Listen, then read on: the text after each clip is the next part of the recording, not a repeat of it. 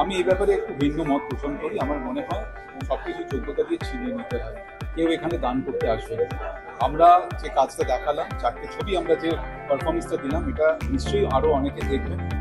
আমরা ভীষণ ভীষণ এক্সাইটেড, কারণ আমি চালচিত্রর ট্রেলার দেখেছিলাম প্রায় কিছু মাস আগে, আর তখন আমি যুক্ত ছিলাম না ছবিটার সময়। সেটা খুবই, এখানে আমরা কলকাতার অভিনেতারা আছে, বম্বের অভিনেতা আছে, বাংলাদেশের অভিনেতা আছে।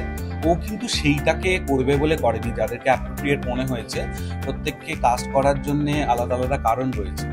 যারা থ্রিলারটা বোঝে এবং ভালো বানাতে পারে এবং ওই জনরার উপর তাদের কন্ট্রোল আছে, তার মধ্যে ডেফিনেটলি প্রতিমের নাম প্রথম বিষয়ের মধ্যে আসে। হি really understands the genre very well. অসাধারণ সিনেমা, অসাধারণ অভিনয়, প্রতিম অসাধারণ ভালো কাজ করেছেন, দেবুদা মিউজিক করেছেন ফ্যান্টাস্টিক। আমার রূপমদার এবং নিশাদির একটা গান হয়েছে, এত সুন্দরভাবে গানগুলোর প্লেসমেন্ট হয়েছে। আপনারা প্লিজ অভিনয় দেখার জন্য, ভালো স্ক্রিপ্ট দেখার জন্য, ভালো ফ্রেম দেখার জন্য, ভালো ডিরেকশন দেখার জন্য এই সিনেমাটা দেখুন এবং make it as a super hit.